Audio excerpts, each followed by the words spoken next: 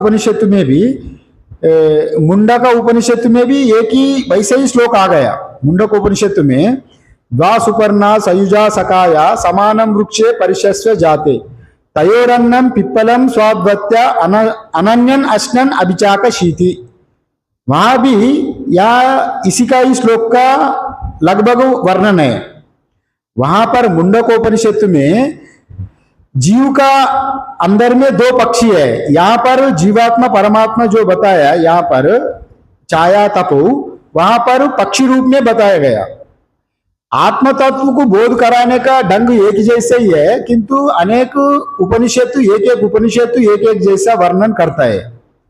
किंतु यहाँ पर छाया तपो रूप में यहाँ गुहा में जीवात्मा परमात्मा एक जैसा है। वहां मुंडक उपनिषद में द्वा सुपर्णा सयुजा सकाया मीन्स एक ही पेड़ में दो अच्छा तंदुरुस्त समान रूप वाला दो पक्षी एक डाल में बैठा है। वो डाल ही है जीव का शरीर, वो वृक्ष है जीव का शरीर। जहां डाल में बैठा है वो हृदय गुहा में जीवात्मा भी है परमात्मा भी है।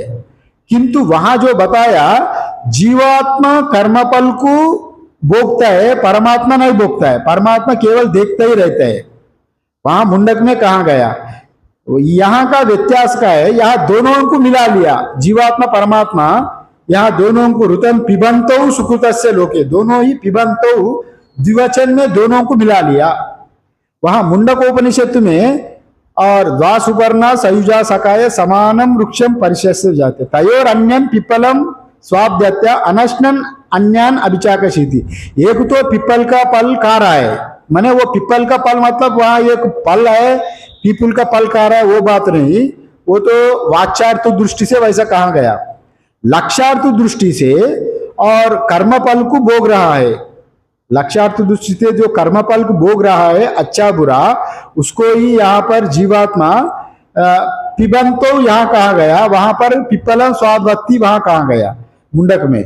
पिप्पलम मीन्स जो अच्छा बच्चा पल जब हम लोग को पल खाता है तो पक्षी इंसान भी, और कट्टा पल मीठा पल खाए तो बड़ा आनंद आता है, जीवा में स्वाद आता है।